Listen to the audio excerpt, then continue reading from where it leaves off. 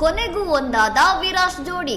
ರಾಜಸ್ಥಾನದ ಉದಯಪುರದಲ್ಲಿ ಅದ್ದೂರಿಯಾಗಿ ನಡೆದ ರಶ್ಮಿಕಾ ವಿಜಯ್ ಕಲ್ಯಾಣ. ಫೆಬ್ರವರಿ 26ರ ಗುರುವಾರ ರಾಜಸ್ಥಾನದ ಉದಯಪುರದಲ್ಲಿ ಈ ತಾರಾ ಜೋಡಿ ಕೊಡವ ಮತ್ತು ತೆಲುಗು ಸಂಪ್ರದಾಯದಂತೆ ವೈವಾಹಿಕ ಜೀವನಕ್ಕೆ ಕಾಲಿಟ್ಟಿದ್ದಾರೆ. ರಶ್ಮಿಕಾ ಮಂದಣ್ಣ ಅವರು ತಮ್ಮ ಮದುವೆಯ ಸುಂದರ ಫೋಟೋಗಳನ್ನು ಹಂಚಿಕೊಳ್ಳುವ ಮೂಲಕ ವಿಜಯ್ ದೇವರಕೊಂಡ ಅವರನ್ನು ನನ್ನ ಪತಿ ಎಂದು ಅಭಿಮಾನಿಗಳಿಗೆ ಪರಿಚಯಿಸಿದ್ದಾರೆ.